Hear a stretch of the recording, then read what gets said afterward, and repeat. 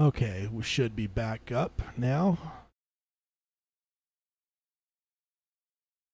Saying it's starting. Got a little bit of a delay, obviously, too. So, sorry about that, guys. It's saying we're live. Yep, saying we're live now. Sorry, guys. Lost connection, it looks like. Kind of weird. It's happened to us one other time, but did you pay your Sombra bill? Yeah, no, that's why I put in the chat. North Central Positronics is coming at us, man. Like, yeah. So we're back. Hopefully that everything's okay on that end. Looks like it is. Okay. Yeah. So I think that. Did everybody hear our talk about the the tower and the beams and the difference there? Yeah, I don't know where we where we got lost at, but and no, Ryan in the chat. I haven't seen anything from Anthony Bresnikan on what he thought necessarily. I've been kind of eyeballing his feed to see, and I haven't really seen anything, but not sure on that one. And Alan says cat hop with the keyboard. No, it looks like it's just something happened with the feed. I don't know. Technology is definitely an interesting thing. Like Skype, if anyone does it's a common joke in podcasting that Skype will at least screw you over every couple episodes. So looks like this one was just the stream itself. But yeah, so we're back. It says live stream offline.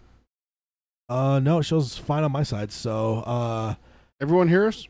Yeah, Anthony Lou saying Anthony's gone radio silent on Dark Tower. Yeah, so and then Pete mentions the raccoons on the TV. That was good. That was a good one. And Roland asking if animals still talk. Yeah, that was a great moment. That was definitely one of my favorite, probably one of my favorite laughs for sure. And yeah, and then it was a raccoon. It had to be a raccoon too. Trash panda. Because that's one of the few animals that gets associated with bumblers. So I think that was definitely a good little. A good little reference towards Oi and the future that we would definitely want to see. Okay, so next up, let's see. Are there still people not hearing us? Okay, I think we're okay. Okay, so yeah, I think overall the mythology they did a good job with this one, and I really feel I think it fit in quite well. And I think that that's kind of the benefits of having a director that was a fan. Yeah. Because I think that's kind of thing you would have lost without a fan. I think you would have seen a lot more of the mythology and stuff dropping out, and you would have had a lot less of it versus like now we actually had a movie that fits really well with what we have established. So yeah, that was fun for sure with seeing how the mythology play out and stuff. Yeah, it was. Next up, did this make you want to jump back in and reread the books again? Absolutely. Yeah. Here's my dilemma, Tad. Okay, guys, I can't remember which one of you told me to read The Talisman. I finished last night. There was a few people, actually. I think there's at least 3 different people that wanted you to read it. I finished The Talisman, and I have Black House downloaded. But I just watched Dark Tower, and now I want to read Dark Tower. I don't know what to do, guys. I think you got to do Black House at least to finish it, and then get into the because the Tower is a long journey. I know, but I want to read it. I want Roland. I want Eddie. Dude, oh my God, I want Eddie now. Why not both? You want to know what side by side? I there's times I do 2 books at a time. You want to know one thing that really kind of just like not made me mad, but just like, oh, Nikolai, you missed this opportunity. You know who? You know what I was watching for when he posted the picture of Dutch Hill? I was watching the usernames. Oh, yeah. I was waiting for H. Dean to be like, yeah, that's my neighborhood. I was like, oh. And then it was George. I was like, ah, man, come on. So close. Like right there. You could have just given me E. Dean. That's all I needed was E. Dean, and I would have been fine. Yeah. Yeah. Somebody asked me, I just missed it, just disappeared on me, but somebody was asking me about where I'm at with The Shining. I'm pretty close to the end. I think I'm about 75% through, so the Unfound Door for The Shining will be coming along shortly. And someone just said that they, where'd it go? Someone just said that they started Insomnia. Oh, okay. Oh, James. Yeah, James Edwards said I finally started Insomnia. That one is still, I think, the most directly connected Dark Tower. Oh, there's definitely quite a bit that's direct. It's very connected. So yeah, so yeah, with me, I definitely think it's going to make me go back towards the books. Now, the only problem is that starting this whole reading all of Stephen's work, took me actually away from a read. So my question is, when I jump back in, I'm probably gonna have to jump back in to book 5 where I left off, and which is not a bad thing necessarily. No, book 5's amazing. But then, so what I could do is finish through 7, and then just cycle back around until I get to the end of book 4 and call it good. I'm just gonna start calling you Roland at this point. just starting a new cycle right after the last one. I mean, geez, man. That would definitely be fun. That would definitely be a fun one to do for sure. Next up, did the critics, rumors, or negativity at all impact your enjoyment of the film? No, I think that, like, for me, there was a little bit of, like, my only thing would be is, like, it did make me concerned about what the box office will be and what that means for the future. But for the film itself, once I was in there, lights went down, Tech Corporation came up. That was it. Like, I was there. Yeah, that's it. It's me, you, and the Dark Tower. That's what it was. Yeah, exactly. The critics didn't really have any effect on the movie itself to me, but there is part of the worry wart in me that definitely is concerned that we won't get the box office we need to see things continue. But I definitely think that it didn't impact my enjoyment of the film itself. Next up, favorite line. Oh man, I'm gonna get so much shit for this. I got to go with the Walter line. Go on. I like this. I got it.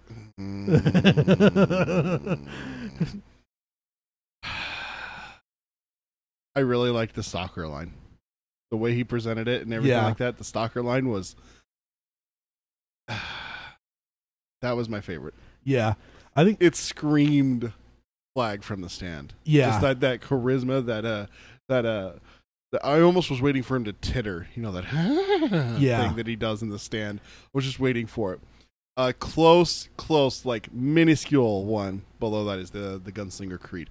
They did the full thing. They did it right a few times. A few times. The one with him and Jake in the abandoned building was, it was so good. Yeah, I think for me, it's probably going to be the Gunslinger Creed, although that might be somewhat of a cheat just because of how like epic it is. But honestly, if I had to pick another line, it's funny because this is Bizarro World. It'd probably be Savages. Savages. When he tells him it's a hot dog, and then he asks what breed. What breed? That was good. And again, that goes back to a book reference, obviously, as well. But I think that like that one got me. That one made me laugh quite a bit. But I love the stalker line. I love. Bev said her favorite line was hate. Oh, I'm sorry. I forgot about that. I did that last time, didn't I? Yeah. My apologies. Yeah, I think that. So the Savages line for me, and looks like you're coming right along, sir. # Flag is good. No, he's not. Obviously, he's not. Yeah, looks like you're. No. He was your favorite of the 3. No. Favorite line. No. Tom was my favorite of the 3. Don't you misquote. Oh, that's right. He was number 2. Tom was my favorite. Yeah, he was number 2. But Tom knocked it out of the park as Jake. Flag over Roland. So says Peter. I don't like this. I'm not. Oh man, that's the best. Nikolai, what have you done to me? That's the best. I love it. So for me, the favorite line, Gunslinger Creed, unless you call that a cheat, then I'd say the Savages line with stock. I have a stalker is right bullet. That was really good. That was the chicken one was going to be my favorite until he walked in and like everything started happening where his vision started happening. He's basically reading her memories, her mind. Yeah, the mind reading, which was really cool. I thought that was really well done with like the shadows and everything like that. It's like, wow. I have a stalker. I was like, oh, dude. Yeah. Travis in the chat talks about the entire scene with where Walter's talking to Roland through the orb. That was really good, too. Mm-hmm. That was definitely a good one. But yeah, for single line, that's probably where I'd go. Did you... Okay, I have to ask this. This isn't in our 19 questions. This is a tangent. What was your favorite shot? Not camera shot, gun shot. Oh, I was thinking camera shot. No. Gun shot. What... Like there's going to be the sideways where he goes almost gangsta with the pistol sideways. There's reloads and everything like that. What was your favorite action with Roland with a gun? I have 2, so I want to see what you think. Go on then. Okay, so the 2 that I had was the in the gun store. One second, Pete just said Roland telling the hookers they forgot to face their fathers. That has been coming up a lot in the chat. That was a good one. Sorry, what were you saying? The gun store? The gun store where the guy's like, it's not me. Like, he was just about to blow that guy away. And then he's like, okay, this guy's an innocent. I'm not going to kill him. And then he shoots the gun into the guy's face and knocks him out. Yeah. That was fantastic. That was good. I loved that shot. And then the, oh crap, I just spaced on my second one. But that one was my favorite. where he shoots the shotgun, and knocks the guy out with it. Yeah, that was a good one. I think somebody mentioned the shot too, where he shoots through the guy's scope, was pretty good. Oh yeah, I forgot about that one. Yeah, I still think it might even just be the snipe shot with listening, even though we saw that in the trailers. With like the raising his arm and everything like that. Yeah. Even without the glow. Oh yeah, because you add what's going on with him, it adds more gravitas to that scene for me, because for the fact that he's basically poisoned and like whatever, so you add all that to it and it just makes it that much more impressive. But that was definitely a good one. That was the other one, and now that I'm thinking about it, it's close to the shotgun knockout. I don't know if you caught it in the Manny village where his right arm is gimped, where he can't use it. Yeah, he shoots empty his left gun, and someone's charging him.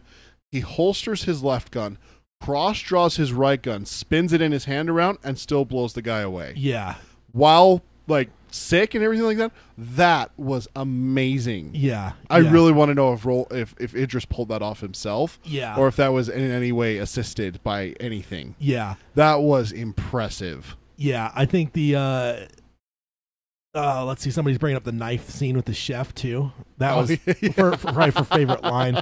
That was a good one. He's a chef. The whole fish out of water with Roland it's always been my favorite stuff in the books too. So that was good. I liked a lot of that. He walked into the gun store and I went, Shooter's Bible, Shooter's Bible, Shooter's Bible. Yeah, indeed. Let's see. Next up, number 16. Sorry, I had to go down to number 15. Missed number 15. I scrolled down too far. How did you like the score? I honestly didn't really. I'm not as big into the score and soundtracks as you are. I did not notice it until the climax. That's when it hit me, and I'm like, "Oh man, this is good." Yeah, this hits perfectly right now. I will say, the way people like use a score is always different. Sometimes it's a little bit higher in like the sound mix, and like you hear it a lot more. Like Star Wars, it's right on top. This one felt a little bit buried to me, a little bit lower to where it isn't as upfront as something like Star Wars or even like Mad Max, another one that Junkie XL did. But I would say I did enjoy it. There were some moments that definitely gave what it needed to the film. I can't wait to listen to it just straight to as a score on its own, and then listen to it a few times and go watch the movie again to have a better interpretation. But I think overall I liked what I heard for sure. You walked out of the theater a little bit faster than me. I stayed a little bit and watched a little bit of the credits. The end credits song was fantastic. Yeah, I mean that's when I'm not watching a movie about the Dark Tower and characters and everything like that. But that last song was, I liked that last song a lot. That's going to be one that I'm going to be definitely looking up and finding out what it was. Yeah, I think I can't wait to listen to it for sure. But I think that it had its moments. But I will say that the way the movie was finalized, the score was a little bit deeper in the sound cut, so it isn't as upfront. So it's kind of hard. I only noticed it a few times. It wasn't throughout the movie that I was like digging it. So I'll have to see. And also, I'm sure seeing it a second time again, the haze of, oh my god, I'm watching a Dark Tower movie, probably took me out of it a little bit to where I'm so focused on the movie, the score doesn't jump out at me. So that'll be something to see for sure. Yeah, Bev, we know that there was something after the credits. The guys in the live chat told us there was a Walter's whistle. Yeah, that's what it sounds like. And then Steve, I'm sorry, I'm going to butcher your last name. Was there anything after no, I'm sorry, that's the wrong one. Steve said, I was hoping Roland to show how sweet the soda was. I wish it was Nazla. Remember, Nazla is not Keystone Earth. Yeah. That's one of the off-worlds there. Yeah. So we couldn't have had Nazla on Keystone. I think that I would have loved for him to oversell that a little bit more. Something you were just like, oh, like what the hell is the just something to like a little bit more shocking. But I guess I don't know. Like Roland isn't necessary. I don't know. That it could have been a little bit better, but I did like it for sure. Next up, did South Africa feel like Midworld to you? For filming location, like did the Midworld stuff work for you? Yes, it did for me. Like when Jake sees the fire in the distance, it reminded me of the end of the first book. Oh yeah, like coming to the mountains and coming to the mountains, the way station and everything there, and then it was perfectly for me as well. Is that did you see a similarity? Someone just brought it up in the chat. Pete did. You think Roland holding Jake over a cliff was a small nod to Roland letting Jake drop? Absolutely, I do. And then also, did you notice that they're in a woods? They're both asleep. And Jake wakes up and wanders off on his own and almost dies. Yeah. Like, I mean, that's a direct callback to the Oracle. Oh yeah, absolutely. Like, I felt that. I felt I'd the say similarities that were fantastic. Yeah, I think Nikolai, even though he wasn't doing direct things from the book, I think he did a really good job at alluding to the book as kind of a nudge and a wink to us book readers for sure. And I also agree. I think South Africa was a great job. I think some of the desert scenes were really awesome looking. Yeah, and it worked for me for sure. Mm-hmm. Yeah. Someone brought up a question about the horn. Definitely one of the best shots you got of the horn is when Jake finds Roland's camp. He comes up over that little bit of a ledge right there, and you see water thing and Roland's pack, and the horn is very prominently sticking out right there. Yeah, you see it throughout, but they definitely don't bring center attention to it. So that was definitely something to. That was more for us. It was more for us than it was for anyone else. Because then again, for anyone else that doesn't know the series, what would they care about a horn? So yeah, not a huge deal except for us book readers. Lou says that he loved the desert whirlwinds. Yeah, that was really cool. I think overall it was just a good execution and interpretation of Midworld for sure. I think they did a good job scouting that location. Yeah. So number 17 is favorite Easter egg. Cujo. Yeah. It's basically one of the only ones I caught. I feel bad. I'm a terrible Dark Tower fan if I only caught that one. I missed Christine. I missed, apparently there was something from Mr. Mercedes in there as well. Missed that. I missed a bunch of other ones as well. I did catch the Lobstrosities though. Okay. I caught that one, but I'm just such a huge fan of St. Bernards. I have been my whole life that seeing that big, beautiful dog with a mom and a son, and I was like, it'll kill you and everyone you love. No, it won't. Yes, it will. It's a big, fluffy puppy. But no, you know what? I'm going to take that back. The rose at the end. Okay. That was a great way for me to be sent off. I feel seeing those roses painted on those doors. That made me feel really, really good. That, you know what? If you're watching the movie for the first time and you haven't read the books, and then you go through and read the books, and you're like, a rose. There was a rose painted on that door. You know, like kind of like, you know, like that moment of realization. It sounds like and it's actually I actually did catch it then because it's the smiley face on the Roland Flag's note. The smiley face. That, I mean, as much as that could, because remember Flag has like the pins. Right, but the smiley face, that does feel very Mr. Mercedes. That was my first thought is Mr. Mercedes personally. Oh, okay. So what I always think of with Flag is the cop with the bullet in its head that's a pig, button wise from like the stand. I always think of that. So yeah, you got that. For me, my favorite Easter egg was probably the Rita Hayworth poster. It was pretty cool. It was blink and you miss it, and maybe that's why I liked it, because I just happened to catch it. If you want to count like the raccoons were good as an Easter egg. That'd be a good one. I can tell you right now, they would have won me with an Easter egg if they just had E. Dean as the guy who found Dutch Hill was in his neighborhood.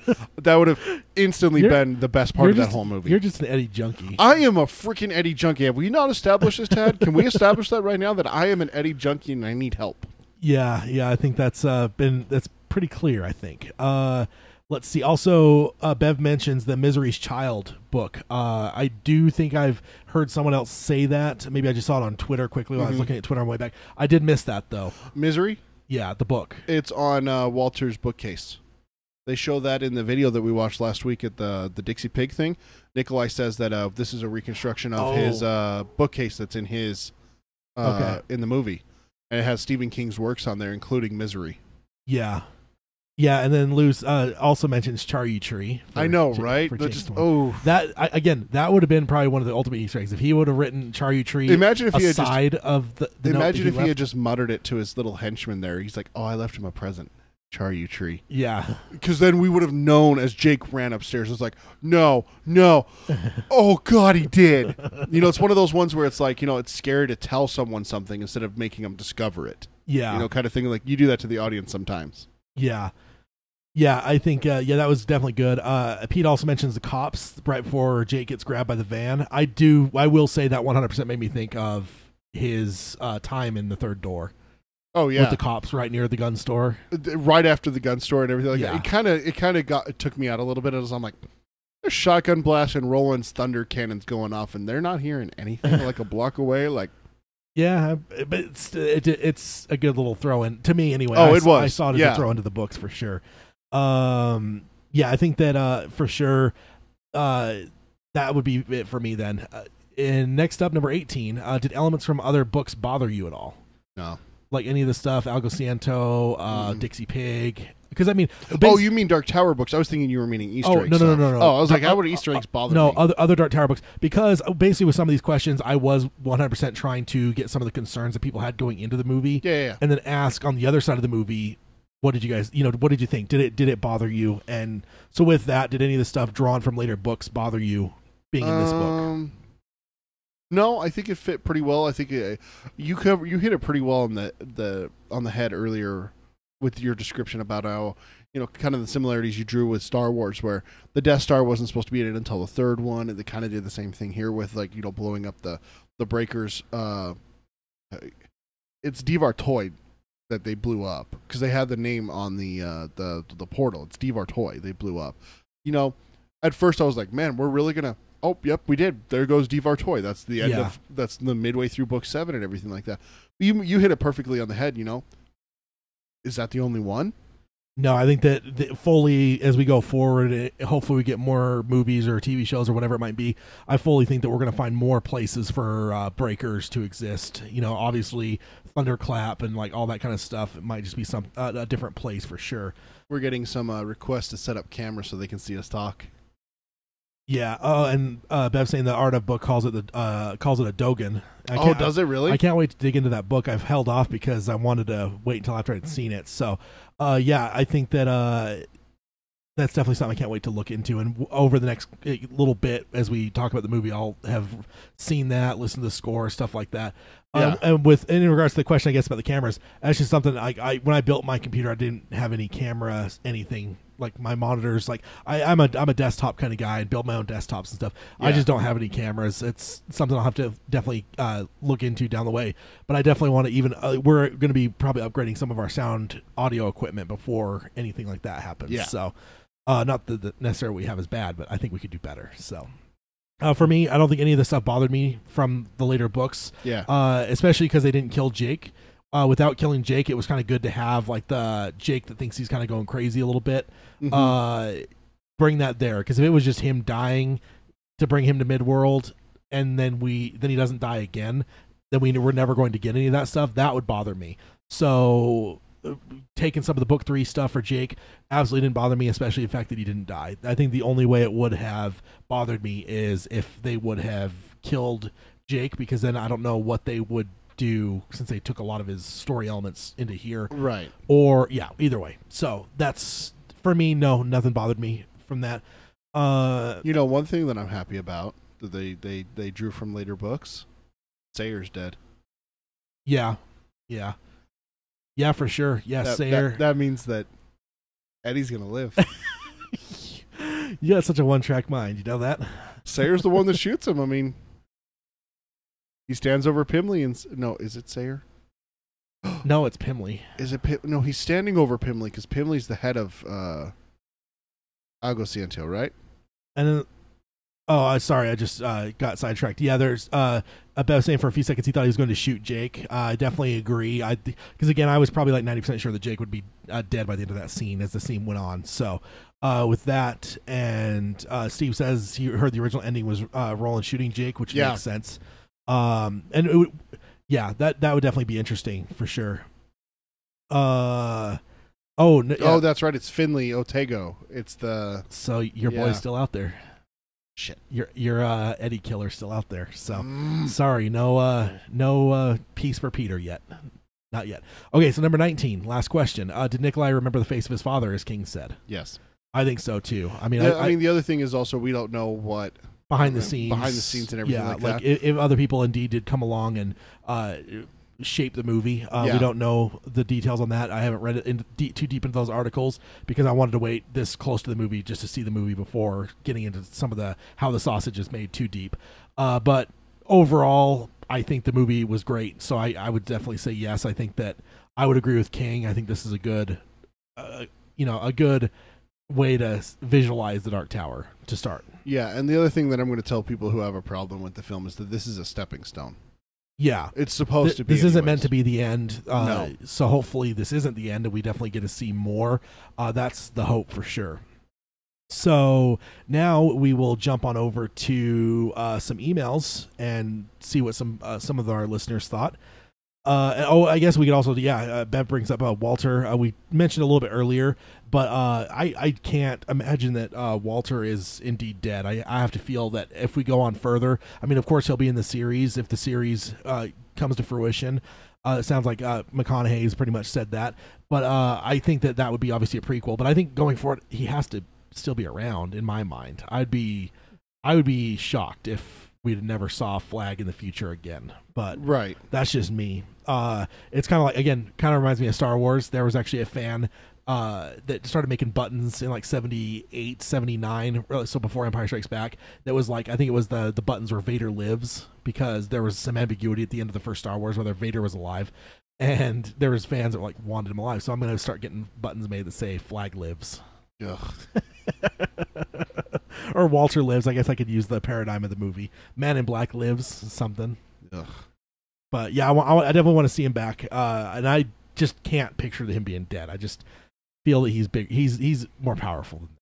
So that's just me. Hashtag death always wins. But in regards to hashtag Walter lives. So death always wins, but not over Walter. Until Mordred comes along. Oh, too soon. Way too soon. Maybe Mordred doesn't make the movie. It's possible. So we'll jump on over the emails. First up is James from Florida, and I think he's actually in the chat. Is that James Edwards? Yep, in the chat. So first off, Heil, Tad, and Peter. Heil. I just got back from seeing the flick. Here are my thoughts. First off, I love the movie. I imagine Tad and Peter and the rest of our extended content went in with realistic expectations. I knew it was a continuation and not the book retold on big screen. I decided to, as I normally do, ignore the reviews until after I saw the movie, because I give exactly zero fucks what anyone else thought about what I like and don't like. And yeah, perfect. Yeah, exactly what I'm thinking too. Like, yeah, there's no reason to, I don't know, like. Where was this James from? Florida. Okay. Yeah. Let's see. He goes on and says, I'll now give more original thoughts as I go through our unofficial checklist. Here's my answers. Number 1, 19. So 19 out of 19. No. Let's see. I don't have I guess I can bring the questions up too. Do you want me to? Do you feel the runtime is detrimental to the film? No. I think if anything, it helped non-book fans without overwhelming them. More of a mass audience potential. Number 3, how did you like Idris as Roland? Amazing performance from Idris. As a skeptic when he was announced, he pulled it off masterfully. Number 4, how did you like McConaughey as Walter? Hey man, you got some devil's weed. I'd be it'd be cooler if you did. So some references to some old McConaughey there. Great Walter, love the collection of Merlin's Rainbow and his use of magic. That was definitely cool to see some of the other orbs for sure. Yeah. Number 5, how did you like Tom Taylor as Jake? Great job as Jake. He was fun to watch and learn through as an audience. Yeah, I think he's definitely a good audience surrogate for sure. I think it's the natural one because everyone else is so experienced in the world. Like, he's basically one of the only options you have. Number 6, how did the film impact your view of the books, especially that it takes place after the books? Having just finished the 4th read-through of the series last week, it was nice to pick up and see what happens next. So yeah, definitely good. Next up, number 7, do you feel that 9 years of developmental hell and decades of prior waiting paid off? Let's see, it says, and he answers, it's a great start to hopefully a long franchise. I really enjoyed it and hope that it's only the beginning. So that's that one. Number 8 is, are you excited to see more films and TV shows? And he goes on and says yes multiple times. Since I haven't had a chance to prep this, I haven't counted them. But he definitely says that a lot of times it could even be 19 times. James, let us know. Yeah, in the chat you could let us know. I unfortunately have to go on the fly with these because I don't want to read your guys' emails before I had seen the movie. Next up is number 9. What's your favorite take on Roland, book, comics, or film? And he put books, but only because I've seen the movie once, read the book multiple times. I think that's kind of what we were saying. Like I said, like once I was reading the question, I was like, that was a poor question. We got confirmation from James. It was 19 times. 19 yeses. I could have assumed as much. Then next up, number 10, did you feel the film fit into the established Dark Tower mythology? I feel it absolutely fit in the Dark Tower universe, especially as a sequel/continuation. Totally agree. And number 11, did it make you want to jump back in and reread the books again since he just finished it a week ago? I'm not sure what he says. Let's see. It didn't, but only because I just finished it a week ago. So definitely makes sense. I think that you're not the only one. I think I've seen multiple people that said that they were finishing before, up. Yeah, finishing up right about the time the movie is going to be coming out. So I'm sure we might get a lot more no's on that than yeses. 12, did the critics or rumors or negativity at all impact your enjoyment of the film? Not a chance in hell anyone could damage or influence my thoughts or opinions. That's definitely a good way to think. Number 13, favorite line. What is this? A hot dog? Savages. What breed is it? I do love too because he says savages, but at the same time he just eats it still, and then he asks what breed. Yeah. So it's like he's definitely going to judge our society for eating dogs, but he's not below eating. Well, them no, himself. but then Jake said it's not a dog. Oh, I guess that's true. Yeah. That's true. By the way, I just want everyone in the extended content to know that Tad calls me a savage almost on a daily basis. It's one of the insults that he flings at me. It's one of his favorite words. Also, since we're such Star Wars fans, he calls Chewie a savage. If you guys don't know, Chewie's my favorite Star Wars character. So that was definitely a almost a meta moment for me to see Tad's insult coming out of Roland's mouth. Let's see. Actually, I missed this one for us. Number 14. Did any moment give you chills? Oh, somehow I missed that one. So I guess we can answer it. Do we first. want to? Okay.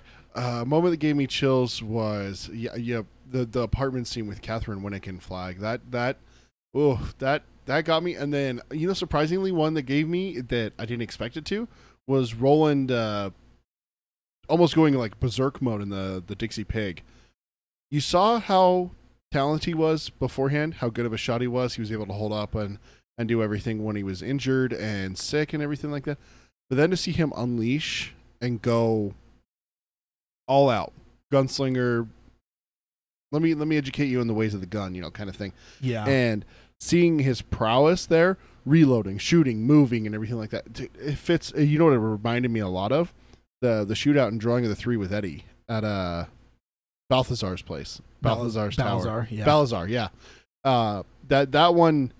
That scene right there, it actually gave me a chill just to see how cold-blooded killer he was. Just efficient was the thing that came to my mind. It's just like he mowed through those guys. The guy up there standing there with the pistol, gone. Sniper, gone.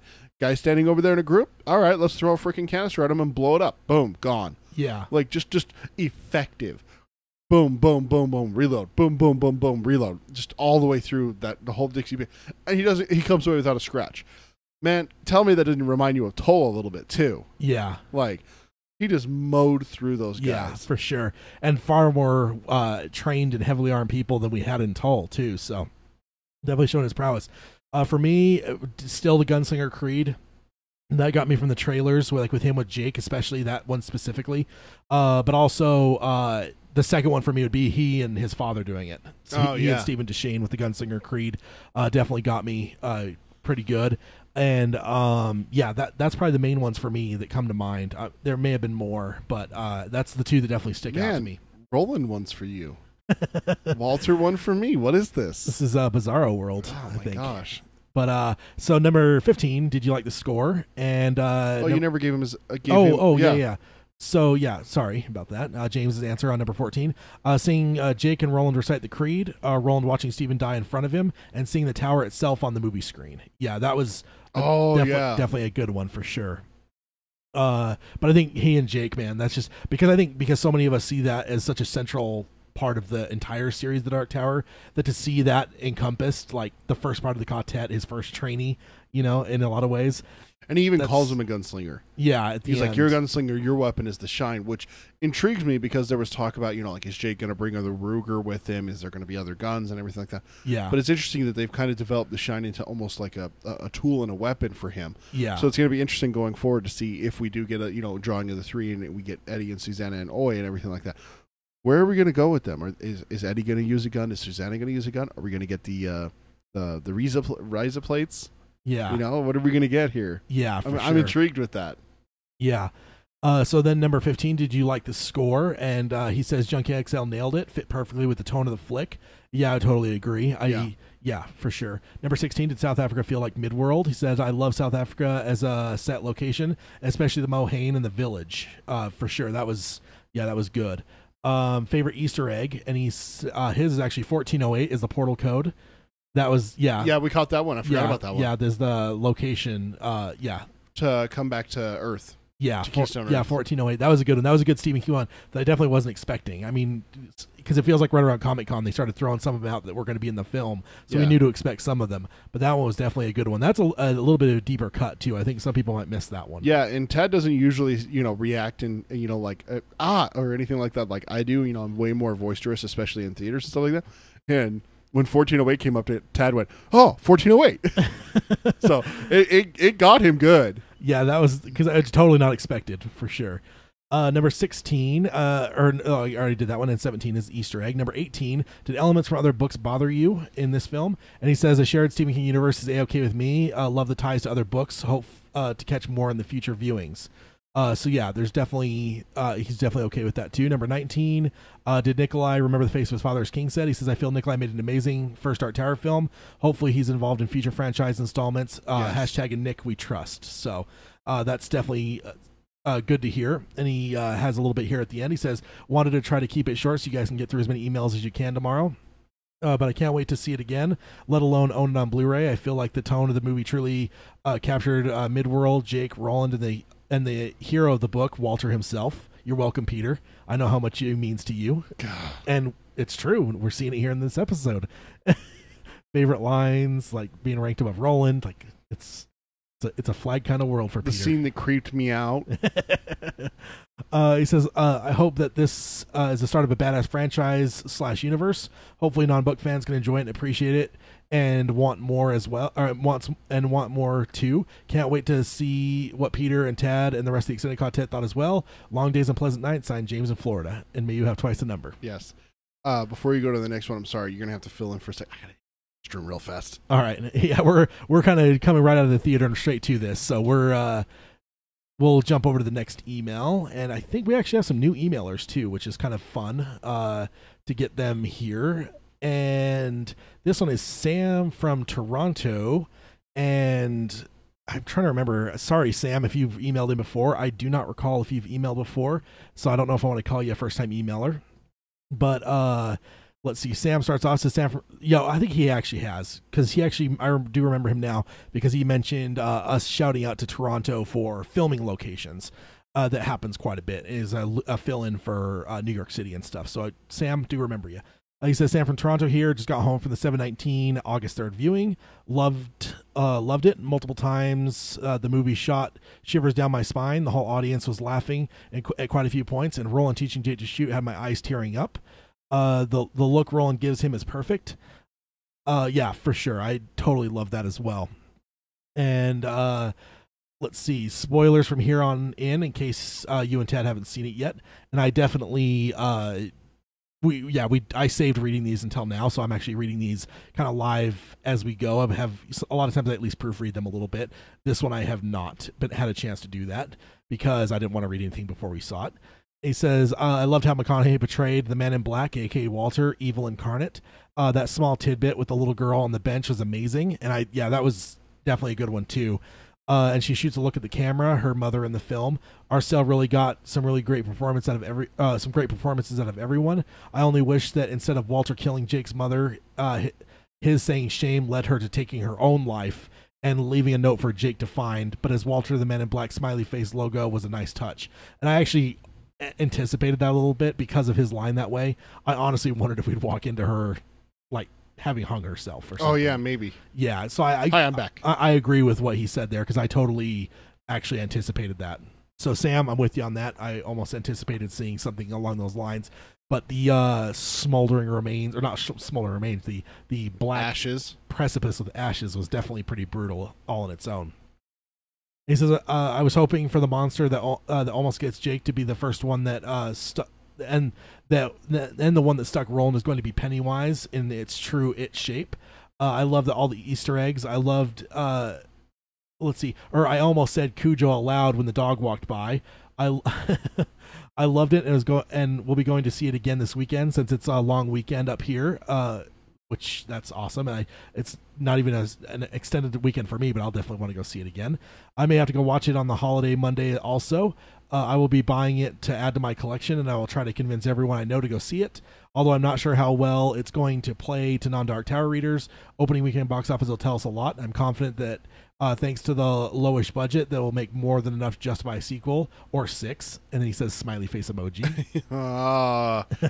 Thanks for joining us, Pete. He's got to take off to go to work. Okay, yeah, thanks for joining us. Good to have you with us. Definitely didn't expect to have this much of an audience on a weekday, but I'm glad to have you all here. And for those of you that have to take off, thanks for joining us. And then he goes on and says they also focus on the Gunna bag a lot, but never mention it in any way. I feel like there was a deleted scene involving it, and probably maybe referencing the horn, which is right. a potential for sure. Yeah, I'd be interested to see what kind of deleted scenes we have involved. And, you know, I think so in the chat, some people mentioned earlier on, perhaps even a director's cut is in store. Yeah. That'd be interesting. Next up, he says, let the waiting begin for the TV show now, and we need a new countdown for you guys now. After the movie finished, while I was waiting for an Aaron Paul mini after credit scene, I started looking around and noticing the seat next to me was G20, and I wasn't surprised to find that I'd randomly chosen seat G19 for my 719 showing. Gotta love how that works out. So great. That's awesome. I thought about it. I even thought about just trying to get 19, but in the way the theater we were set up, 19 was off to the side too much, and I'm kind of a purist. I like to get right in the center, so that was not possible for me. Some theaters in Utah, though, we actually probably could have, because I know some that have a lot bigger aisles, and 19 is closer to the middle. Then he says, that's it for me today. You guys take it easy. Long days and pleasant nights to you and yours. And you may have twice the number. Indeed. And he says, was it just me, or was there a New York theater marquee advertising a spaghetti marathon, as in spaghetti western, as in Uncle Stevie got his, whereas Uncle Stevie got his initial idea for Gunslinger? Yes, there was. Yeah, I definitely saw that for sure. That was good. Yeah, definitely good on the theater marquee. And they were coming out of a restaurant, so I don't even know, was that supposed to be like the restaurant uses the marquee for the theater? Yeah, it could be, but yeah, either way, I see the reference there. It's like spaghetti westerns is definitely what I thought of. So yeah, that was good. Next up is Carlos, and I think so he's new. Carlos from New York City. So that's, I think we have a lot. We have some from New York State, maybe. I don't know about New York City if we've heard any listeners from there. So. I don't know. That's kind of a good new one here. So Carlos starts off, hey guys, new listener here and a huge fan of the Dark Tower series. So not just a new emailer, but a new listener. I must admit that I was feeling dismayed from all the negative reviews by critics on Rotten Tomatoes tonight. To cheer myself up, I decided to search for some Tower love online, and it led me to your podcast and your latest episode. I have to say that hearing your unbridled enthusiasm about the upcoming film tomorrow, as well as all of the Q&As with the director, managed to cheer me up quite a bit. I just wanted to say thank you for the great episode and for making me excited about the film again. I really hope the critics are wrong. I can't wait to see the film and make my own decision about it. Looking forward to your thoughts as well in future episodes. Yar. It's a good one. Thank you, Cy, Carlos, New York City. So, Carlos, yeah, welcome aboard. Yeah, thanks, Carlos. Yeah, good to have you. And I'm glad that we're able to give you some hope in the midst of all these horrible critics and their reviews. We're the light in the darkness. That's kind of what I hope to be. I mean, I don't know. Like I'm going to be truthful. If I hadn't liked the film, I would let you guys know. But I would still want this to be a safe place for you guys that do like it to come and talk. But it doesn't matter because I end up liking it anyway. Well, I mean, even if someone doesn't like it, I mean, they can still come talk to us about why and what bothers them and everything like that. Yeah, and that's not a problem with us. So, I mean, yeah, don't feel like you have to, mirror our opinions either. We're never going to be like that. Yeah, so that's definitely good to hear. It's good to hear to see some people that even found us through trying to find some positive stuff and finding us. Like, that's what we want to be. There's enough cynicism and stuff out there, so I figured do the opposite and try to be positive about things. And honestly, I have a positive disposition about a lot of things. Like, that's just the way I am. So a couple of the guys in the chat said that they're only here because it's a quality podcast. I told them thank you. It feels really good, guys. It does. We love hearing that you guys like what we're doing. Yeah, for sure. Absolutely. And next up is another new emailer, Ryan, and he's actually from Orem, Utah. Hey, so local boy! I actually have to say Utah because I don't know how many of you guys international or even nationally would know what Orem was if I just said Orem. So that's a little bit south of us, about 40 minutes south of us. Yeah, something like that. So yeah, that's cool to see somebody from Utah. I didn't know we had any listeners in Utah. but good to hear. Yeah. Says Heil Gunslingers. Heil. As an introduction, I live down the street from you guys in Orem, Utah. I run a landscape maintenance company and listen to a lot of audiobooks, 30 plus hours a week. I discovered the Dark Tower series last summer and did not enjoy the first book much, but I had heard good things, so I continued down the path and listened to the Drawing of the Three and fell in love with the series. Except for Went Through the Keyhole, people should just skip that book. I'd rather read the back of a shampoo bottle in that book. Oh wow. Wow. Definitely haven't had that reaction to that one before, but definitely I don't know. Yeah, that's definitely his opinion on it. What's that? Sounds like Tad and Peter have a stalker. James in the chat, well played, good one there. As you know, in Utah there isn't a plethora of Stephen King fans. The only book people around here read, the only thing that people around here read is the Book of Mormon. I'm the only person I personally know that has read the series, and the Dark Tower Palaver is the only place I can discuss Dark Tower. This makes Dark Tower very special to me. Like I'm the only one that who is in on a great secret, and I think that's always been a great element of the Dark Tower series going back a ways, because it is so niche that I think a lot of fans enjoy that fact that they almost feel like, yeah, they're in on like a secret and King's just writing the book for them. I mean, most of us know that the fandom is huge. Oh yeah. But there is times that, I mean, how many emailers have said they don't have anyone they know that have read the series? So I know. There is that element of like, you're in on something, which is kind of cool. Yeah. Yeah, and then he goes on and says, and to me at least. Oh, that's a good point.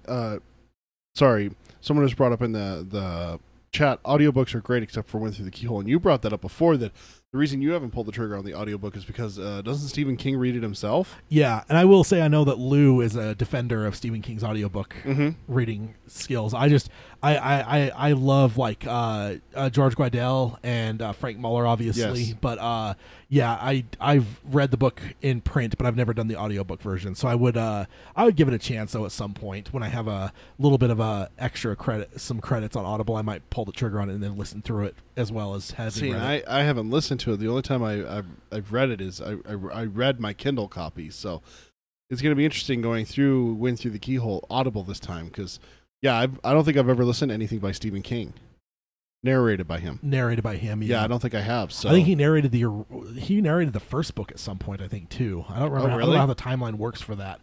But I want to say somebody's mentioned that before, and maybe I've even seen it, because I know I've gone down sailed the high seas on the internet, as it were, to try to find the Frank Muller version. Yeah. Because now the only version you can get is the 2003 version, which is George Guidel, and I wanted to find the old version, even though it's the older version of the book and stuff. And I think in those travels, I think I actually found a Stephen King version as well. I don't know how the timeline for that works, but Alan says in the chat, talking about Stephen King, the man is a word slinger, not a voice slinger.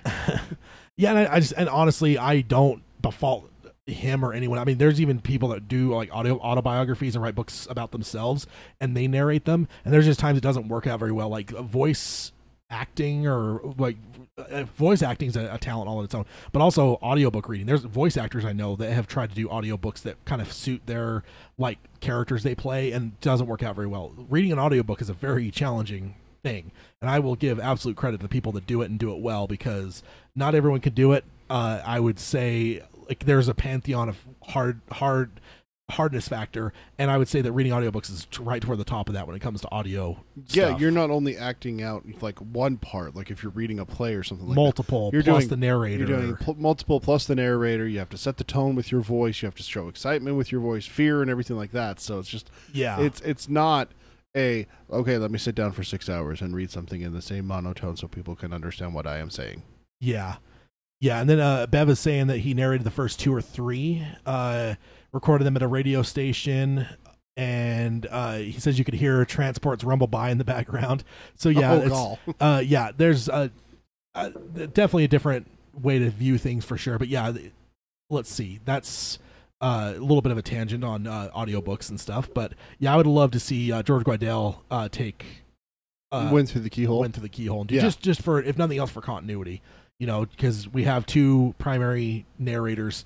It'd be cool to have that one fit in there as well. So, and then let's see. Ryan goes on and says, and to me, at least, Dark Tower Palaver is much like an exclusive club that none of my acquaintances are cool enough to get into.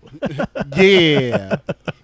Yeah, I mean, yeah, you got to be at least cool enough to like the Dark Tower series. If you're not that cool, sorry, we got to check you at the door. You have to move on to something else. Yeah, keep on moving. Keep moving. Indeed. And he goes on and says, anyway, I'm less than 2 hours away from the 1919 showing of the movie, and I have very low expectations for the film. After hearing about the production drama, I've realized this movie is not going to be a great movie. Now I just want to see some Roland Deschain badassery, and I've taken 3 people with me who have little to no exposure to the Dark Tower, and I will be interested to hear their thoughts about the movie. If this movie totally blows and we never see another on-screen adaptation, we'll at least always have the books, and that's definitely the right attitude to have for sure. And it sounds like he's writing this before he went to see the movie. The movie won't change how unique they are. I saw someone on Reddit say Super Mario Brothers the movie didn't change how they feel about Super Mario Brothers the game, and that's actually a really good Mario's still a beloved character, even though he had a shitty movie. Yeah, exactly. Then he goes on and says, anyway, I'm off to the movie, and will add my thoughts and those of the friends later after I've seen it. Oh, and then he actually gives us here 95 minutes later, so same email. Oh, okay, so he wrote the email, didn't send it. Okay. Yeah. And he says, well, it wasn't a complete shit show like Rotten Tomatoes would have you believe. Right? I think the people who dislike the film are most... dislike the film the most are book readers, and I don't know about that. I actually think non-book readers seem to be the more critical. Yeah. So that's been my opinion so far, or my experience so far with just seeing some headlines and stuff. They overemphasize the touch or the shine and ignore other aspects of the Dark Tower lore that could have been captivating to newcomers.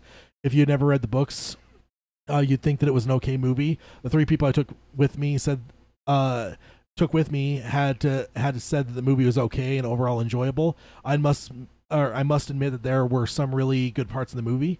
I want to keep this short so you guys can get to more emails. Overall, it was an okay movie. I feel like they need to get back on track with the lore. After the movie, I told my friends that the movie was like watching Harry Potter movies, but without Ron, Hermione, Neville, Draco, and more. I think that ultimately, yeah, I don't know who those characters are, but I would probably guess that has to do with like Eddie and Susanna and Oi. That's Harry Potter.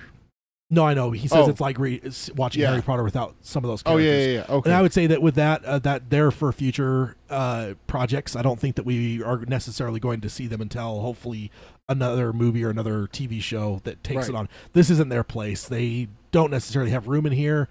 But yeah, that's definitely not a new complaint for sure. Yeah, I mean, I just don't see how we would have even fit Eddie in or Oi or Susanna in 95 minutes. Yeah.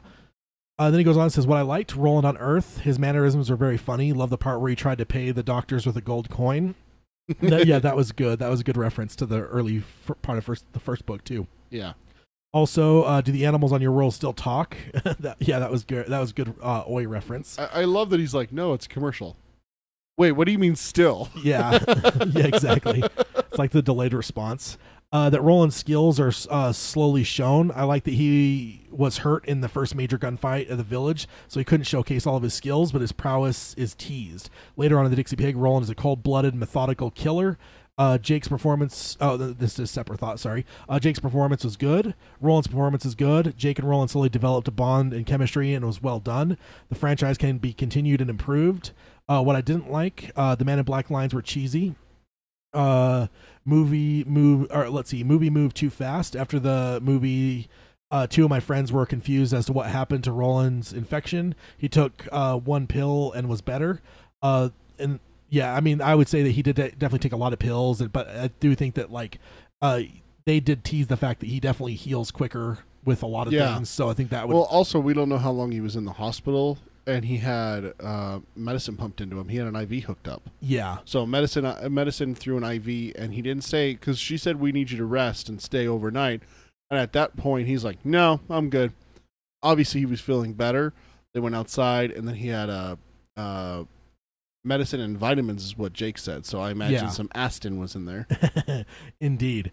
He says the monster on Dutch Hill, all Jake had to do was yell, stop. You got to be kidding me. That should have been a mini boss battle. In my opinion, the film totally wasted that whole scene from the books. And I could kind of see that criticism for sure. Like I said, I think it would have been a cool thing to express his power if he just like had like this burst of emotion and you see like a rippling effect that just destroyed the monster and then eventually the house. I thought that's what they were going to do. I thought he was like looking around like the house was coming down around him and he was going to run and jump through the portal. Yeah. What I would have loved to see is that he yells stop, and it's like he pushes the monster back, and then they square off, and Jake's like, oh, I have a little bit of power. What is this? You know, like I don't know what this is, but obviously there's something here. I gotta use this to my advantage. And that's kind of like the introduction to Jake's character to the Shine as well. Yeah, and that's what I thought was going to happen. And what I pictured is like what I equate it to with like the emotion, like an emotional outburst from him would be if you want an equivalent scene. Think of Magneto at the concentration camp. He doesn't know his power. He doesn't know how to control his power. Right. But in this moment of ultimate like emotion, there's an outburst and his power is revealed. I kind of was hoping for something like that, right? And just destroy not just hit the monster but the house itself would have been kind of cool. And then he dies. And it also would have been like not only just like hey he got through the portal, but not only that he destroyed the freaking house and the monster, the guard, the guardian, like, and that would have been like flagged me and like whoa what the hell, like that's some serious power, you know. And maybe whatever. That's just there. I definitely think that if nothing else, I almost rather than just such a quick ending, I almost would have said just leave the Dutch Hell monster out, and I don't know, but I can kind of agree with that criticism.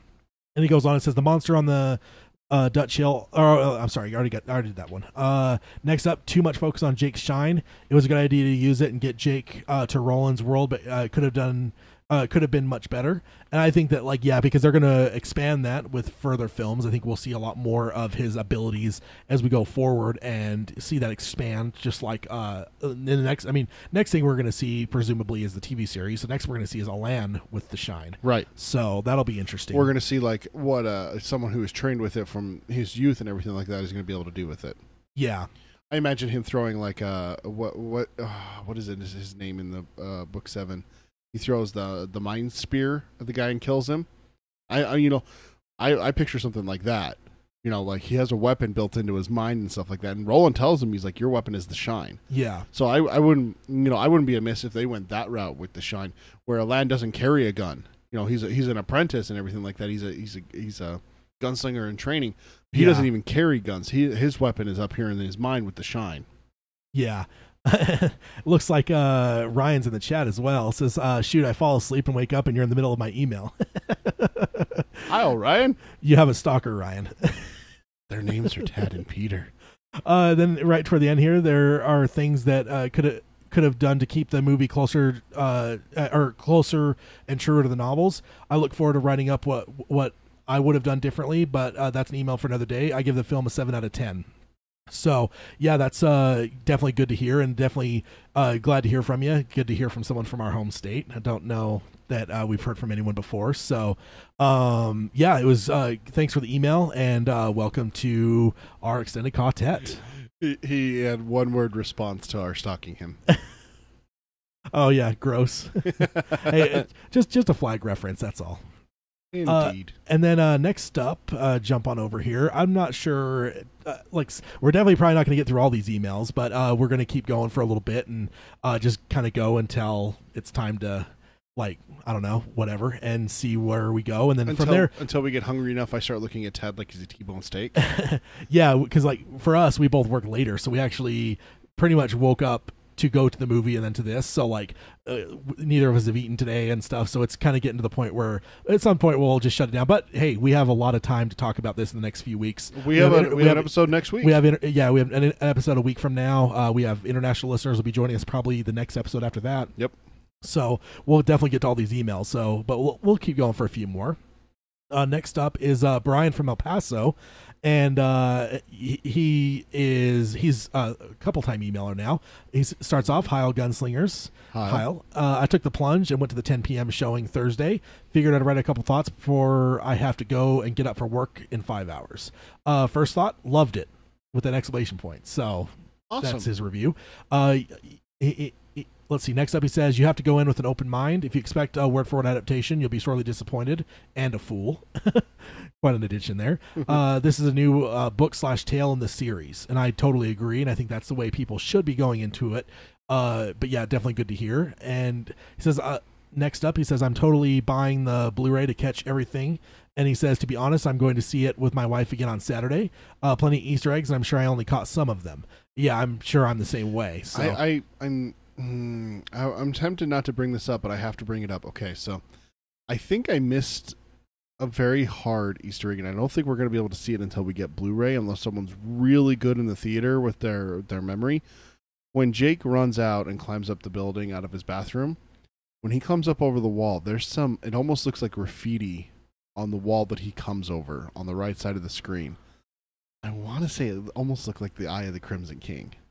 Could be. I'll watch next time I'm out. So next episode, next time I go see it, which is going to be in the next couple of days, I'll keep an eye on that because I know what scene you're talking about, and next episode I'll be able to chime that in. One that was one him talking about having the Blu-ray and bringing it up and everything. It made me think of that one where it's like, oh, Travis in the chat says yes, indeed it was there, and he saw that. So was it really? Yep. Oh, dude.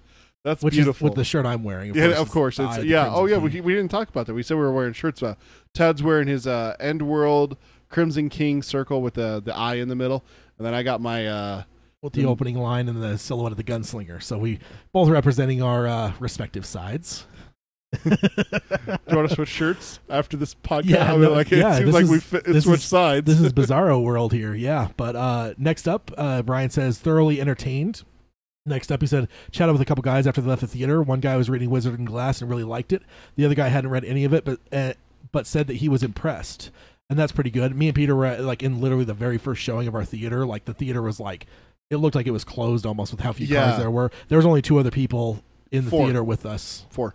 Oh, was there? There was 2 walking out with you. I don't know if you saw it, but up in the back left corner, there was 2 other people. Oh, I didn't see those people. No, I didn't see them come in either. So... So we, but it was slow. But I honestly think because we're in the middle of a work day. It's a Friday afternoon. Yeah, here, Friday. So. Not even afternoon. Oh no, it was before noon. Yeah, it was like 11:15 a.m. Yeah. So it's like one of the very first showings of the day. In the middle of a work day, I wasn't expecting it to be busy necessarily. I told Peter, because we went to a similar showtime for Star Wars Episode 7. Yes. I remember telling him, I said, the only way it's going to be busy is people in suits that are skipping out of work there was to like go see it. 10 people in suits in that theater. Yeah. I remember that. I remember laughing when I saw those guys walk in. I was like, I see what you're doing. Yeah. So it was slow for us, but I'm sure because I'm thinking my next showing is probably either going to be Saturday night or Sunday afternoon, which in Utah. That's one of the things. That's one of the things you like too. Is like we talked about it because you went and saw Star Wars: The Force Awakens Episode 7 later that night because we saw it on a Saturday morning. Yeah. No, it was a. I like the group experience Friday for morning. sure. Yeah, you do. Yeah, and I heard the people in our theater. There's a few laughs and stuff at key moments. I think they had to have been fans. I heard one gasp. I can't remember what part it was. Might have been. It might have been Cujo. The Cujo reference when there was the Cujo reference because I was dumbfounded. I was like, and then I was smacking your arm and everything like that. I heard someone from behind us go, ah. Yeah, I heard some laughter, and I want to say it was laughter that was connected to something that was a little bit of a reference. So I'm like, okay, at least that person's a fan. Like, I don't know who the rest of these people are, but. So next up, Brian's getting close to the end here. Says, I'm curious if my wife will like it.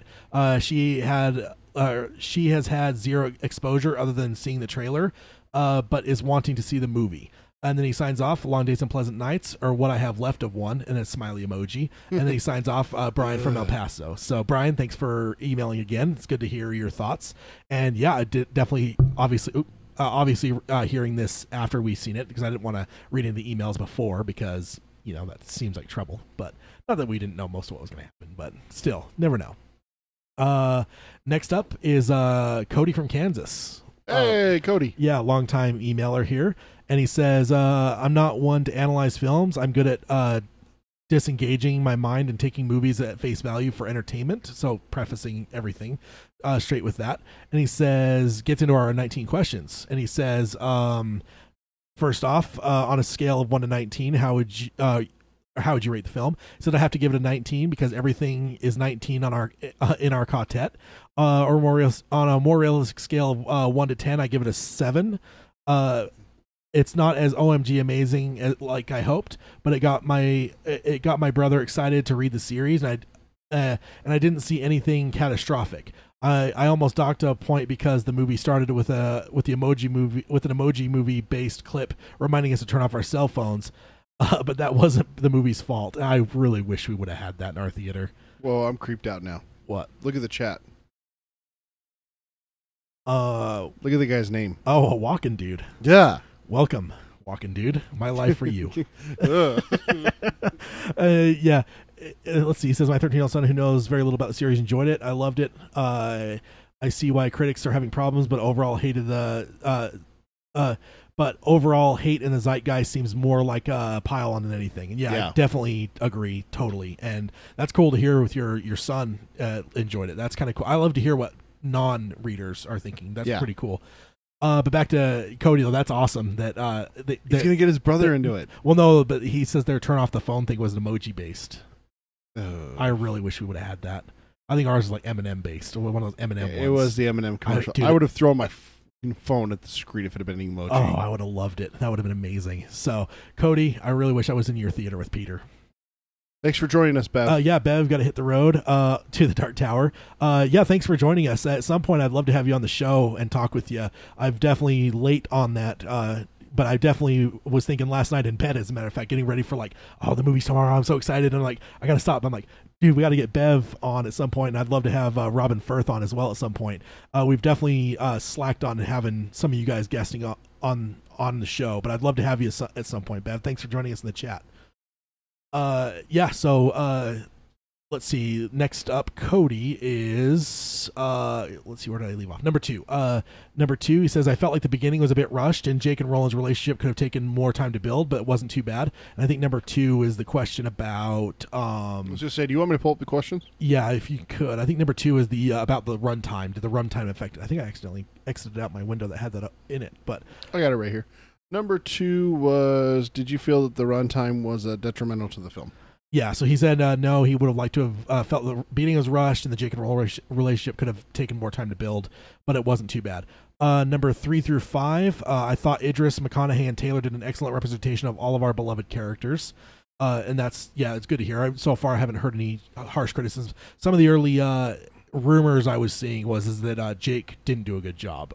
Tom Taylor didn't do a good job as Jake. I cannot fathom that. Yeah, I was actually wondering going in, and that was even not even reviews. That was like I said, that was rumors of some of the news stuff going in that they were having to re-edit the film to minimize his place in the movie because he didn't do well and stuff. So I'm really glad to see that wasn't the case. Seemingly. Yeah, I mean, obviously, look at those scenes that he had. Yeah, and I think he did a good job. So that's great. Number 6.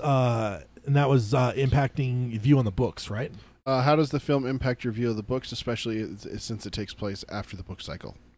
He says, I think the movie was disconnected enough from the books that there was no impact on my view of the books. I feel like this could have been a good start on a continuation of the story. Yeah. So that's a good answer there. And number, looks like, let's see. I'm trying to see. Oh, I'm thinking he may have missed one. I'm trying to see if the questions line up, though, because he goes from number 6 to number 8. So number 8 is, are you excited for more films and TV shows? I did get it pulled up. He said, so it looks like he missed number 7, which is the 9 years of Developmental Hell worth it? So he skipped that one, which is fine. Number 8, are you excited to see more films and the TV show? Absolutely. I think any additional storylines would be freaking epic, and I totally agree. Number 9, what's your favorite take on Roland, book, comics, or film? I already am ashamed of this question. Once I read it out loud, I realized how foolish it was. So far, my favorite Roland is the books, by far. I totally agree, and I think that everyone's going to have the same answer because, come on. We've been living with this guy for how long now? Number 10, did you feel the film fit into the established Dark Tower mythology? And he answers, for the basic rundown and trying to shove a crash course of the mythology in the film's allotted time and fit the storyline, it was done okay. There was a lot left out, a lot oversimplified, and a bit not clear. But in order to make it filmable, I don't see what they could have done better. So yeah, I think that's about the long and short of it. But I do think it fit in the mythology of the larger story, which is definitely good. And then number 12 is, did the critics' rumors and negativity at all impact your enjoyment of the film? I didn't read any critics or reviews.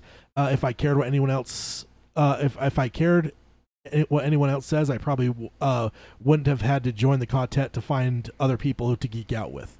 So, and that's, true. Definitely appreciate that. And I think that, and what's funny is we actually are used to criticism too, because even within the Dark Tower universe, we have people that don't like the later books and stuff. So it's not like criticism is something new. I mean, I love all the books. I mean, even whereas Song of Susanna can be seen as a weaker one or whatever, but I still love it. I don't ever get to it and go, oh, this one. No, I love them all. And I know within our Dark Tower family, larger family, not even quartet, but family, there's some people that criticize the later books for sure. Oh, yeah. Number 13 through 14, which is favorite line, and number 14, any moments gave you chills.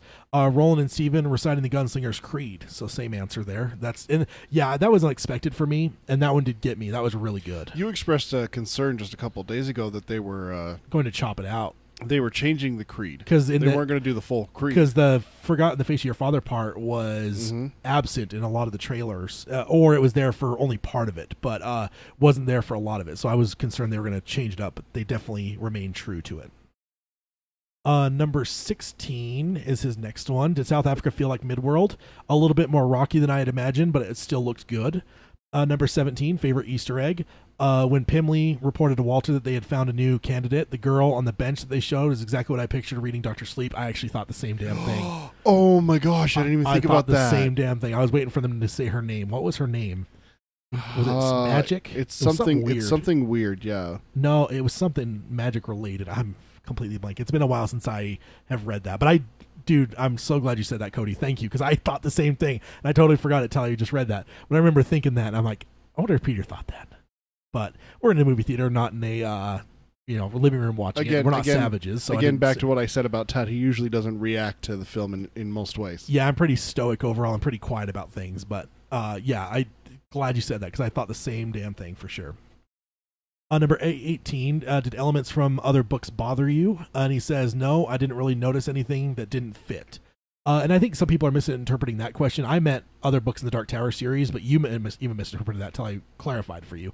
So I think most people are thinking other Stephen King stuff, which I don't think that would bother anyone. So I think that question's falling a little bit flat from what I anticipated, but that's totally fine. The girl's name was Abra. Abra. I knew it was something magic. It was magic, yeah. Yeah, Abra. Yeah, Abra from Dr. Sleep. I thought the same thing, so glad you said that.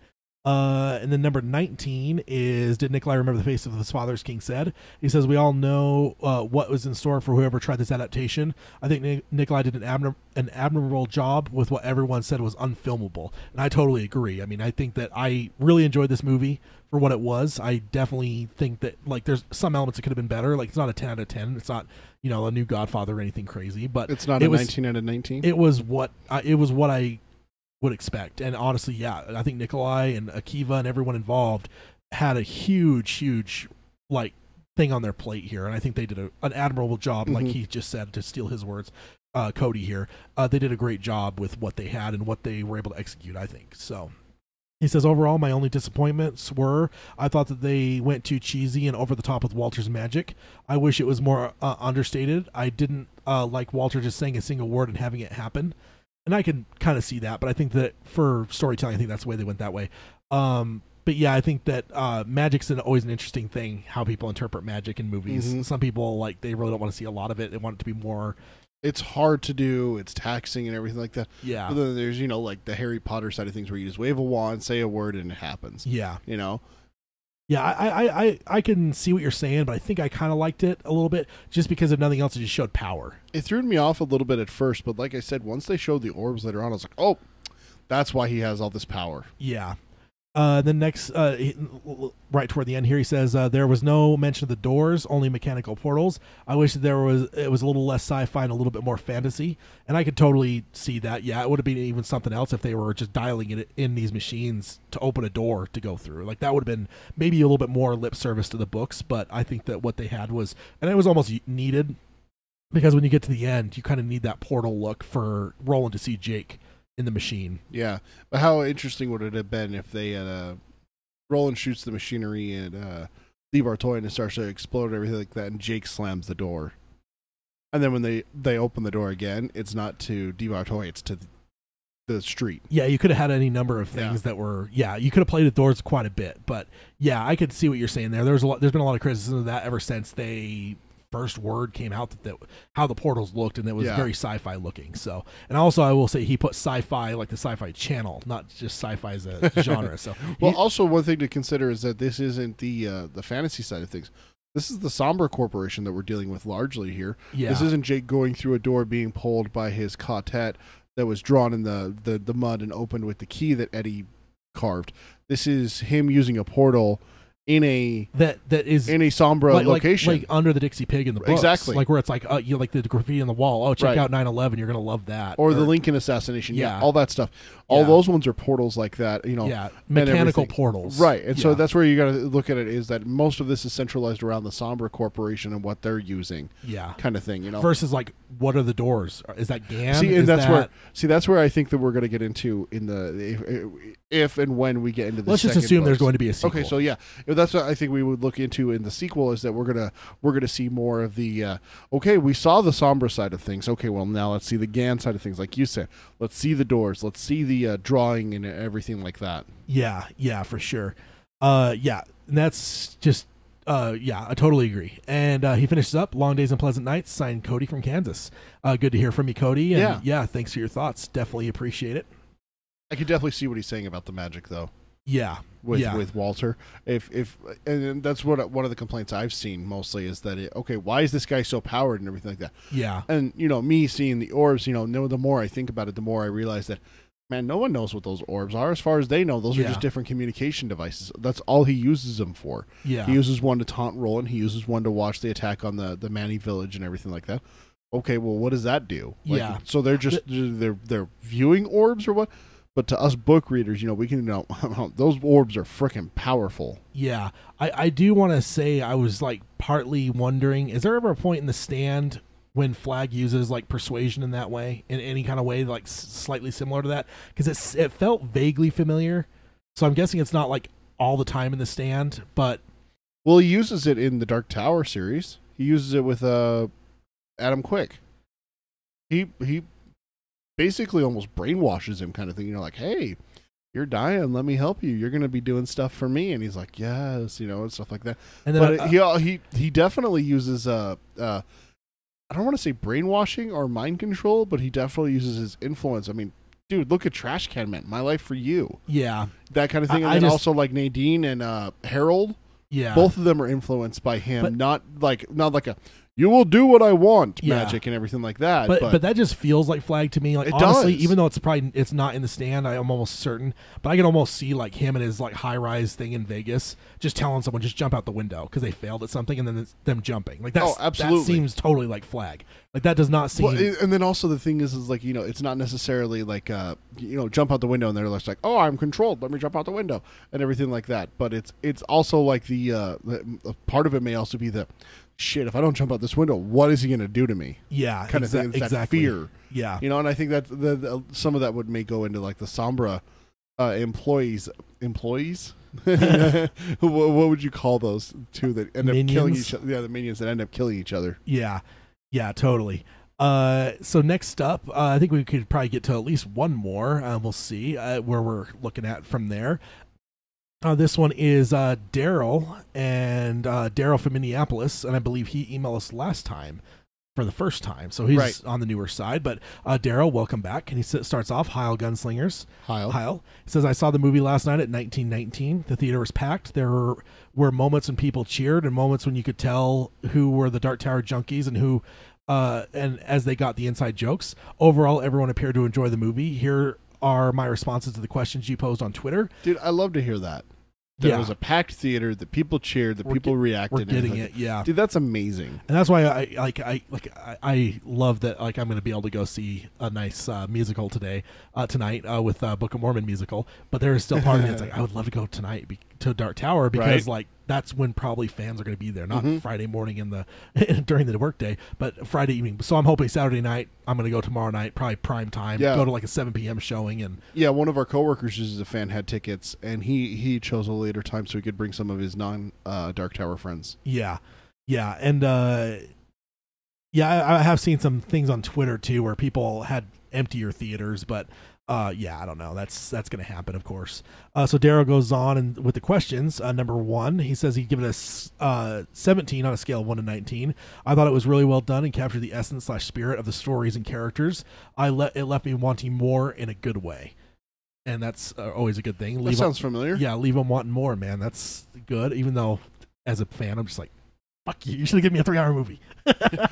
give me 3 movies back to back right now. Go. Yeah. It's just like with anything else. It's like, oh, I just finished like Daredevil that they just spent a year making on Netflix. All right, I want the next season tomorrow. Like, well, we just barely started filming. I don't care now. Yeah, exactly. And same with anything else, like Game of Thrones or anything. It's just like, okay, where's the next one? I want it now. Like, forget the realism of like making stuff and like time and money and effort. No, I just want it all now. Like, don't just wave your hand, Walter, and give us the movie. Exactly. So next up, he goes on to number 2, which is the runtime was detrimental. He says, I'm probably not the one to ask this question. I personally don't care for the 2.5 hour to 3 hour movies that have become the norm. For example, I loved Wonder Woman. I thought it was one of the better movies that I've seen in a long time. However, it could easily have cut 30 minutes out of the movie, and it would have made it even better as it were, even better as there was 30 minutes of simple filler time that did nothing to enhance the movie. So I thought that the 95-minute runtime for Dark Tower was perfect. And I think I would agree. Like, I loved Wonder Woman, but I think it was the second time I went and saw it that I was just like, oh man, it kind of drags here in the middle a little bit. And I just think that 2.5 hours sometimes, like I think like Force Awakens, that was 2.5 hours, but it didn't feel like it. No. Wonder Woman kind of felt it a little bit. And so I think that it can drag out. Kind of felt that way with Guardians of the Galaxy 2. I got partway through that movie and I'm like, man, like, how long is this movie? Yeah. And I definitely didn't feel that with this movie at all. I mean, not that I would expect to with the shorter runtime, but I also didn't feel like cheaped out. I didn't feel cheated with the runtime at all. No. So, I don't know. And then number 3, which is how did you like Idris? He says, I thought Idris absolutely nailed the part. He was Roland. Best part was watching Roland evolve from a cold, heartless man he is to a caring mentor / den of Jake as the movie went on. Yeah, I think that last little bit, that hot dog scene, I mean, it wasn't really played for laughs too much, which we kind of thought when we saw the pictures of the reshoot, right? Oh, this is just going to be a whole comedic scene. Yeah, but that was actually one of the more powerful scenes of the whole thing, because that's where he basically adopts Jake. It's like, you should come with me. You have nothing here. You have nothing here. Me. Yeah. Yeah. Which is like, that's really awesome. Can you imagine what would have happened if Roland in the first book had been given that option? Do I leave this boy here who has nothing, or do I bring him with me? We're like, leave him here. Yeah, he probably would have. He probably would have been like, your society's pretty built out. Probably has plenty of ways to take care of kids like you that don't have parents anymore. So yeah, fine. Totally. So we definitely see some evolution there. Number 4, which is the Matthew McConaughey, how they liked him. He says, loved McConaughey as Man in Black Walter / Flag. You could tell that he was having a lot of fun playing the part. My wife said to me afterwards that he gave her the willies. Yes. Which is what Peter got as well. So, I think he definitely did a good job in that realm. The way that he played the role is how I have always envisioned Walter, Man in Black / Flag to be. So that's definitely good to hear. Number 5 is the Tom Taylor question. He says, I thought Tom Taylor held his own as Jake. There were scenes that he had to balance being a young, scared kid and to be a true, brave gunslinger deep inside of him in the same scene, and I think he nailed it. Watching his character grow into confidence as the movie went on had a big impact on me. One of the best scenes in the movie for me was when he took Roland to task and put him in his place. That had to take some stones for a young actor to pull in the presence of such an established actor such as Idris, and I totally agree. And that was definitely a good scene for him. I think that and like the scene where he finds out about his mom is like both like huge scenes for me. Right. Like that's your billboards of like, this is where a lesser actor as a kid, especially because young actors are hard to get good ones. This is where they would have folded in my mind. When I go see it on the second time and we have another podcast next week, I'll come to you if I think of anything else. But to me, that's the 2 scenes that a lesser actor would have folded. So yeah. Number 6, how did the film impact your view of the books, especially that it takes place after? Since it doesn't really impact my view of the books, it's another cycle in Roland's story. It wasn't going to be the same, but as I mentioned above in the final question, or in the first question, I feel as if they really got to the essence of the story and character, and that was my main concern coming in. Number 7, do you feel that 9 years of developmental hell was worth it? And he says, this is a tricky one for me. As I said, I left me wanting more in a good way. That is always how I feel after reading the first book. I always want more. I want to know where the story is going to go. If they go on to make a TV series and more movies, then yes, it would be satisfied by this. But if it turns out that this is a standalone film, I think I would be disappointed overall, even though I liked the movie. Not sure if that makes any sense. And actually, I totally agree. Absolutely. Yeah. I think I alluded to that a little bit before, but he said it way better than I did. Yeah. If this is it for movies, man, it's going to be hard for That'd me be to come a bummer. back. It's going to be hard for me to come back and just watch just this. Just this. Yeah. Knowing Yeah. what else could have been. But if we could have gone. If we do get another TV series that eventually spawns into a long-running series that tells the rest of the story, or if it's a TV series and movies as the original plan was, I think that, yeah, that'd be ideal. That's what we're all hoping. So, yeah. Number 8, are you excited to see more films or TV shows? He says, see number 7. I absolutely want more. I think that's almost going to be universal. Number 9, what's your favorite take on Roland book? Sorry, I feel ashamed of this question every time I read it. My favorite take on Roland is still the books, but it is not really fair as there are 8 books to truly develop and get to know the character. I could see that changing easily enough if they continue on with the movies. Exactly. So, yeah. Every time I have to apologize every time I read that question now. Sorry, guys. It's all right. Number 10, did you feel the film fit well in the established mythology? 100%. I've mentioned it a couple times now. I truly felt it captured the essence / spirit of the story and characters. I honestly just felt like just another turn in the cycle for Roland, and it left me wanting to see how different and how similar the cycle would be compared to the books. Totally agree. I think that's where like the desire of the sequel, because it's like, okay, we're on a different cycle. And there was even some allusion in the film, this is the last time. Yeah. And then you got a different Roland that's a little bit more evolved. Where does that lead? Like, oh, God, I want it now. Number 11, does this make you want to jump back in and reread the books again? I am currently rereading the books. I'm in Wolves, so I can't really answer this. I will say, though, my wife told me that she wants to pick the series back up. She stalled out after the second book. So big picture, I'd say yes. That's definitely good to hear. Walking Dude just commented in the chat. He says, "I feel like this has the potential to turn into one of those sleeper cult hits that gains a following over the years, assuming it doesn't earn additional entries." Yeah, which actually would be, that's kind of one of those things where like things like Netflix and stuff are capitalizing on. They're like grabbing TV shows that got canceled, like Arrested Development, and they're like restarting them and the stuff. So honestly, if that's the kind of thing it could do, that might be something that they could sell this new series they're developing now to Netflix that might eventually spin off into Netflix going seasons and seasons and seeing Aaron Paul in season 2 and that's right, on and on and on. So that is one thing, but again, I don't necessarily want to snuff out all hope that we might get more movies, because that might still be in the cards. 3 cards, as a matter of fact. Number 12, did the critics' rumors, negativity at all impact your enjoyment of the film? Honestly, I read some of the reviews, and all I kept thinking throughout the movie was I must be watching a different movie than the one that was getting the poor reviews. I went in with a completely open mind about what to expect. I knew it wasn't going to be exactly like the source material. My concern going in was whether they would be able to capture the essence or spirit of the story / characters. I think they did, so I kind of feel as if those really ripped the movie apart. We're expecting too much, or we're expecting more of an overall story, which wasn't remotely possible in one movie. This had the feel of the first book. So yeah, I totally agree. Number 13, the favorite line has to be the Gunslinger Creed. Gives me chills, big, say thank you. So you definitely got some book 5 language mixed in there. So I definitely would have guessed you're either fresh off of book 5 or in the middle of book 5, because I'm the same way, and so is Peter, to where when we're in certain books, different language comes out. Oh, yeah. Same with The Stand, even. MOON. Spells moon. Number 14, any moments gave you chills? I got the chills in 3 different points in the movie. The first was when Roland tracks and shoots down the Tahine. I came close to standing and cheering, even though I knew it was coming from the previews. It was one of the cooler moments I've seen in a movie in a while. The preview didn't do that part justice. No. And I totally agree. The music stopping. There was music going, and then all of a sudden just... And it was more drawn out in the movie as well. So it was definitely more well done, for sure. And I would totally agree. As one that kind of complains sometimes about trailers where they reveal the best parts of the trailers, I feel that they did a good job in showing that to impress people, to maybe turn them on to this is a good movie. But also they did it well. They did well enough to hide certain elements of it to where we're able to be impressed after seeing it how many times now in the trailer. Yeah. He says, okay, that entire scene gave me chills, made me think of the first book when he mowed down the entire city. The second is when Roland is teaching Jake the Gunslinger's Creed and how to shoot. I'm getting chills again just thinking about it while typing this. And then he says, finally, the entire end battle.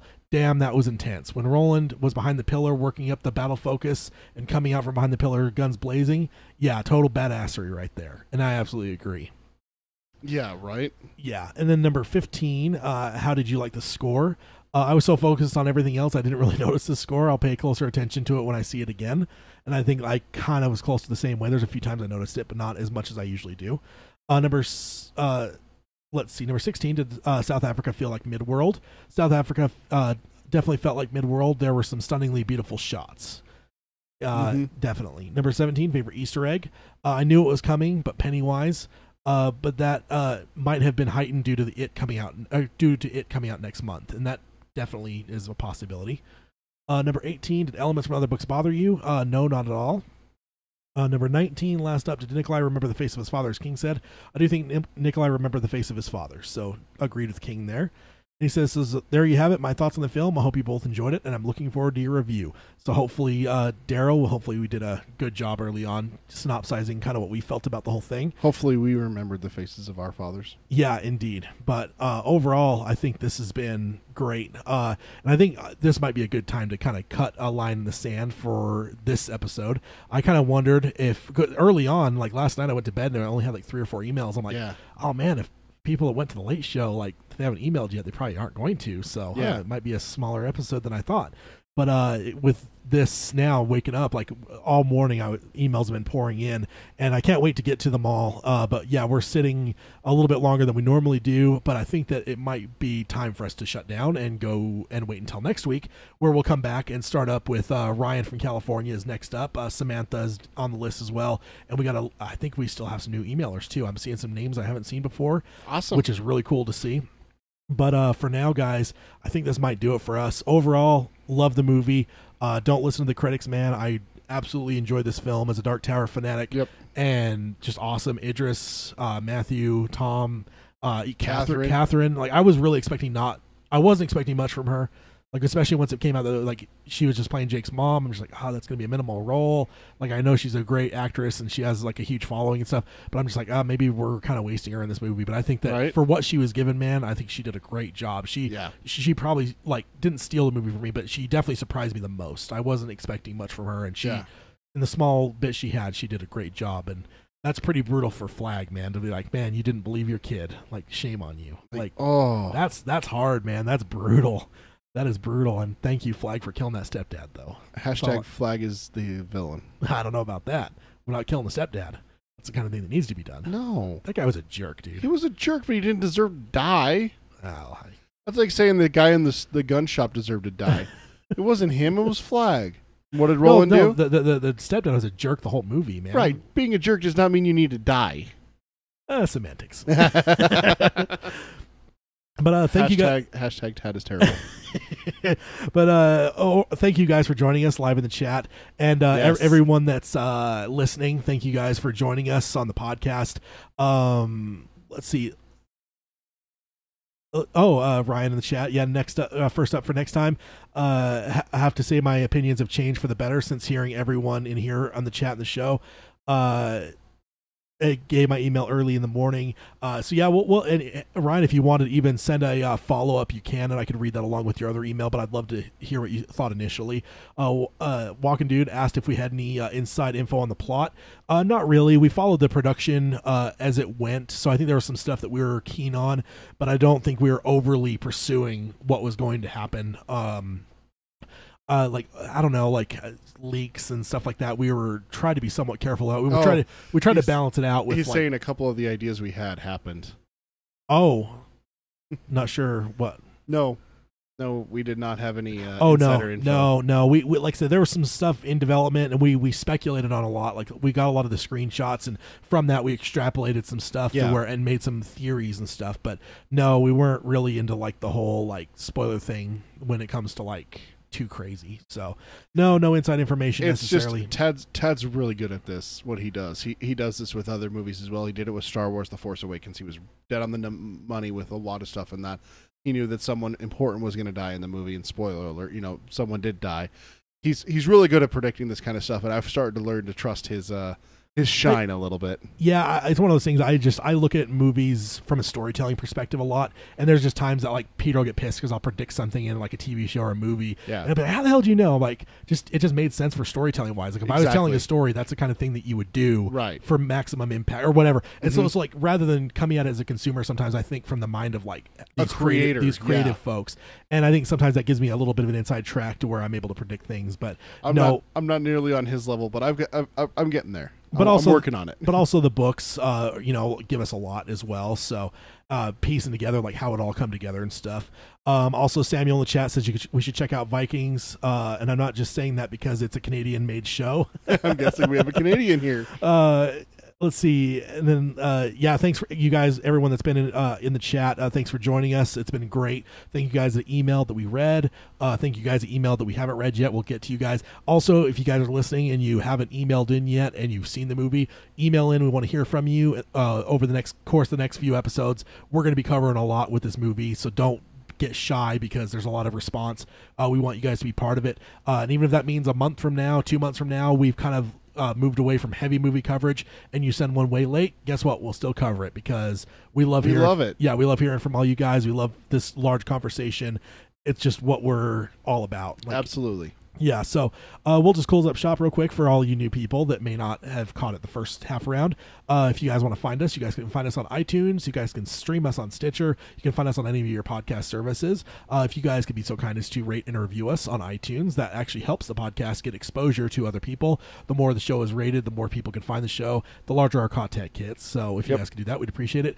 Normally, show notes would be on darktowerpalaver.com. This episode will not have any. The only thing that we've really been looking at is the title card on our screen or the posters, which I got pretty late in. I forgot that I put this up, that I had that in my slideshow here, but have that pulled up. But show notes, not really a whole lot there, but normally in our normal episode you can find that at darktowerpalaver.com.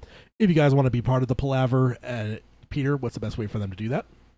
Best way, as you've seen in this episode, is to email us. It's darktowerpalaver@gmail.com. You can also find us on Facebook. It's facebook.com/darktowerpalaver. You can also follow us on the Twitter. It's @DarkTowerPod. That's @DarkTowerPod. You can find the podcast, like Tad said, through normal podcasting services, and also find us here on YouTube, which is what we're streaming live on. Next time, we're going to have our own personal URL. We hit 100. Yeah, we got the numbers, so we can get our personal URL, so we will have that next time. Next time, we'll just get right back on this train of movie talk, and we will continue on with these reviews from the emailers, and I will have seen it another time. Peter potentially will have seen it again. Possible. So we will be able to talk with a little bit more, like a little less hype and a little bit more, getting some of the details and watching some of this stuff and like noticing the score. I will have listened to the score. We'll have dived into the art of the film book. But yeah, so just keep on coming with these reviews. We can't wait to talk about it more. And until next time, go see the movie. Again, if you haven't seen it, go see it the first time. But until next time, of course, we'll sign off as we always do by saying long days and pleasant nights. Long days and pleasant nights, folks.